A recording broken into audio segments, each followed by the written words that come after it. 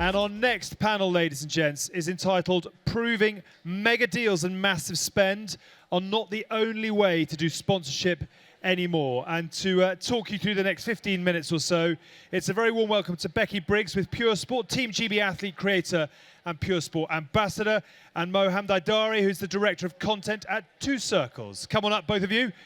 Take the applause and the next 15 minutes or so. And Tom, apologies, I haven't mentioned you as well. Tom is here too, and I'll let you introduce yourself. Thanks. Thank you, Alex. Well, a very good afternoon, ladies and gentlemen. Let's address the elephant in the room. It's really hot. It is really hot in here. So massive thank you for joining us. We really appreciate it, and we'll do our best to go through the next sort of 15, 20 minutes as fast as possible and bring you some insights. My name is Mo, as Alex said, and well done on the pronunciation, Alex. I don't know where you've gone. You've done that before. Well done, sir. We have a jam-packed, as I said, 20 minutes. The topic of this session, proving that mega deals and massive spend are no longer the only way to do sponsorship in sports. We have a belief at Two Circles that that is true, and we'll go through that. Two Circles, if you don't know much about us, is a sports and marketing business. We are global. We're in 14 different locations across the world, and our mission is to create a better future for the sport and entertainment industry. We work with brands and global tier one rights holders like the Premier League, like Amazon, like Visa, like Barclays, and Wimbledon. So if you check any of Wimbledon's digital content this week, that'll be our team. We grow audiences and we grow revenue. And that is very pertinent because I am joined here by a superstar panel. Tom MacDonald, head of athlete partnerships at Pure Sports, and Becky Briggs, Team GB athlete, content creator, and marathon smasher. We'll talk about that later. Tom, if I may come to you first. Pure Sport has built a fairly engaged community around its brand, and you've kind of grown rapidly by doing things differently. Can you take us back to the roots of the brand and how you've gone about that? Yeah, of course. Firstly, thank you for having me. But yeah, Pure Sport started about 5 years ago. We're a natural supplement brand. We originally entered the space in CBD, which is a cannabinoid oil, and then we've kind of moved away from that into more generalized supplements now, with our main one being electrolytes. We were started by our two founders were pro rugby players. They had short-term injuries that were kind of causing them a lot of problems. They weren't being able to play on the weekends. And as so many people in like professional sport, it's all about the weekend. It's all about playing. They're not too bothered about your long-term health. So Grayson and Adam, who are our two co-founders, wanted to find a more natural alternative to get away from painkillers. So they came across CBD, which is a natural alternative, managed to come off all of their short-term painkillers, and then they were told by the team doctor that it wasn't certified for pro athletes. So that's when Pure Sport was founded, to bring credible products to athletes that athletes could take. And then in terms of the Run Club, which is probably what we're also as known for, that was started over COVID. It was actually the 5 for 5 challenge, where you had to run 5K and nominate 5 people on Instagram. And there were kind of 5 people in the office at the time. They wanted to go on a run. They went on a 3K. There were about, 5 of them went on a 3K. And then some of the customers and friends of the brand wanted to get involved.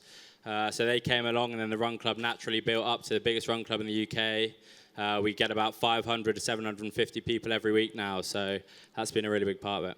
Fantastic. Thank you, Tom. Now, Becky, just before we start, your best time at a marathon? Yeah, it's 2:29. 2:29. I think that deserves a round of applause, ladies and gentlemen. I've had longer commutes back to Brighton from London than that, so that is very, very impressive indeed. And thank you for joining us. Very impressive to have a GB athlete here with us. I kind of wanted to understand, and on behalf of everyone watching, how you've worked with Pure Sport from the early stages. So would you mind giving us a little bit of your perspective on that? For sure. So I found Pure Sport, or I kind of more think of it that like Pure Sport found me in 2021, so in the very, very early stages. And it was just after I'd actually ran my first marathon, which was the Olympic trial marathon in 2021. And in all honesty, I was soul crushed after that first marathon. You know, in hindsight, it was a great performance. I actually ran a 2:38, which at the age of 21 was pretty good, but mentally, I was crushed, and I needed something that was separate from the kind of elite sport environment to come and find a community and find somewhere where I felt valued. And that's when I found Pure Sport, and it was in the very, very early stages of Run Club. I rocked up to Battersea Park, and there was about 20 people there, and then I watched it within a matter of a month or so grow to be something that was far beyond that. And originally sort of in that Southwest London Battersea Park bubble, but it just became so well known, and it just became such an amazing community of people who have now gone on to form like lifelong friendships, lifelong partnerships, and yeah, it's been something really, really special. But yeah, I've been a part of it since the very early days, and I've watched it grow. It's grown as I've grown as an athlete. I've seen the brand grow to be something from very kind of humble beginnings to what it is now, and having a global presence, which is so exciting. Fantastic, thank you. So there is a common perception, and maybe we'll come to you on this first, Tom, that sports partnerships require really big budgets, corporate budgets, if you like. As a challenger brand, what kind of advice would you have for others trying to enter the industry? Yeah, I'd say just give it a crack. We've never spent loads of money on anything to do with marketing in terms of sponsoring big events or getting massive ambassadors, So I think the main thing is be really creative. I think so many small brands get scared away from the big brands and get kind of bullied out of the picture. I actually think if you kind of slide tackle things from a different angle, you can have loads of success. And we've always relied on utilizing our community. We try and see things that if we can make a memorable moment, that our community will echo that, and that's what will become the global campaign off the back of it. So yeah, I think never be scared of the bigger brands. I think we've our most global campaigns have always been things that have been different, things that people didn't see were coming, things that maybe a big corporate brand wouldn't be willing to take the risk on, or it's against the rules or whatever. So I think being creative is the main thing there. I think my takeaway will be just have a crack. I'm definitely taking that back. Becky, I wonder if you've got any tips on the flip side, maybe towards rights holders and what they're doing in terms of not necessarily always having to spend those big budgets. Yeah, for sure. I think that, when you're looking at especially kind of partnerships with athletes, it's creating something where the athlete feels valued. It needs to be something that's fully transparent between both brand and athlete. And, the athlete really has to buy into the brand as much as the brand buys into that individual athlete. And every athlete's going to have something completely different to offer, but that kind of real human person-to-person connection and understanding that, athletes aren't robots, they're all just kind of normal people with ups and downs is something that's really important. I think that, a brand can really, take it to that next level. Yeah. Fantastic, thank you. So, Tom, Pure Sport has created a bit of a full funnel approach. We like a good funnel at Two Circles, if you know us. So I'd love to delve into that a little bit more. And if you could talk us through the full funnel approach that you've got from the top of the funnel, i.e. your social gathering, down to the niche and the run clubs. It would be great to just get a little bit more color around your approach to marketing. Yeah, we take a very holistic approach at Pure Sport. We know, I think a lot of brands will go all in on paid ads or something like that too early, but we try and take a full view and get everything involved. We have a kind of joke in the office. We have Team Rich and Team Famous. Team Famous is about all about brand awareness. How many eyes can we get on Pure Sport? That's through ambassadors, our own community events, our own organic socials. And then we've got Team Rich is how can we convert that awareness into sales? So we're trying to balance the two the whole time. Paid ads can get you really rich really quickly, but actually if you don't have the brand and the kind of authenticity alongside of it, we don't think that's going to last in the future. So we're trying to always build up Team Rich at the same time, Team Rich and Team Famous, and make sure that kind of the whole brand in terms of all of our marketing channels is always aligned and at the same level. And that's what's worked well for us. And that's really interesting, actually. That's an interesting thread to pull on. You talk about paid. Do you tend to use that if you are putting out sponsored or branded content? Is that a tactic that can help kind of show a better return on investment? Yeah, our paid media has been a journey over the last few years, but we really believe in a lot of people say in marketing about having 7 touch points, and we think that paid media obviously can be one of those touch points, but actually if we don't have people seeing our socks in Battersea Park, if they're not seeing Becky's socials, if they're not seeing somebody on LinkedIn, if they're not seeing the CEO talk on Instagram, whatever it is, that's not going to be enough to convert someone. So yes, we do paid media, and it is a big part of our funnel, but actually if we don't have the other 6 touch points, it's not going to do much for us. And you nicely go onto Becky's socials. 120,000 on Instagram, I saw, even more on the other channels. You're a part of that pure sport community, both online and offline. How do you, as an athlete, see the role of athletes kind of across all of those touch points? Yeah, for sure. I think it's showing to, the general population that every athlete is exactly the same as someone who's, going out for their first run. Everyone's going through the same things, the same emotions, it's that kind of like real life. Okay, so the athlete is using these products, but if you're out there training, these are for you as well. As long as you're, trying to make that conscious effort to look after both mind and body, then this is very, very much relevant.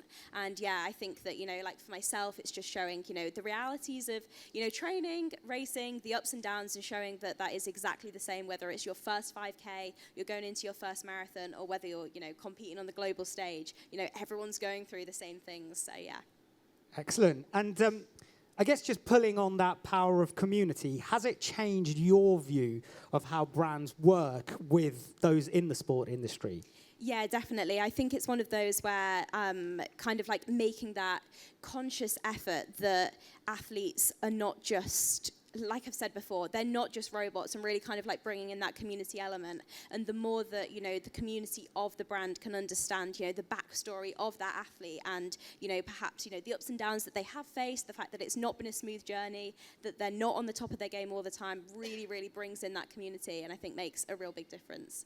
Fantastic. Thank you. So, Tom, if I may come back to you, why do you think that run culture has become quite a fertile ground for brand partnerships? It'd be good to get your view on that.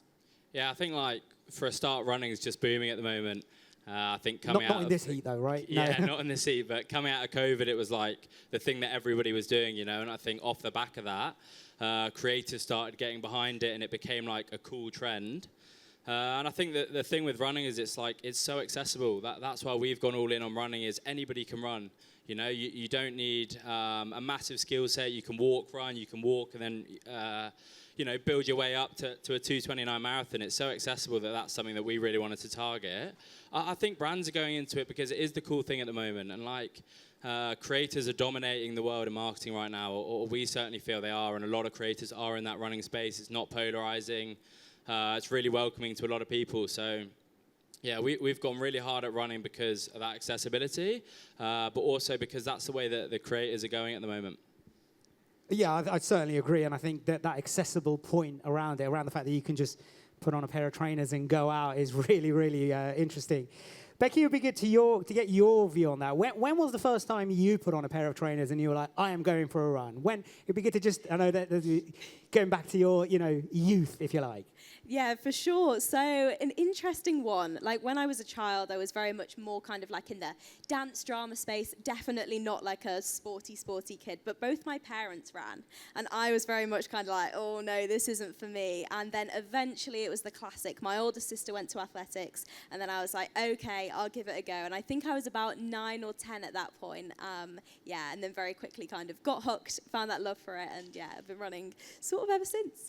Fantastic. And I saw you're not giving anybody a chance at the Hackney half. Yeah. All the best for that. Okay, let's do a little bit of future gazing. It's 5 years from now, Tom, and we are back here at Mad Sports. It's still hot. Maybe we've got coolers this time. We'll know. Who knows? What do you think will have changed most about how brands show up in sport?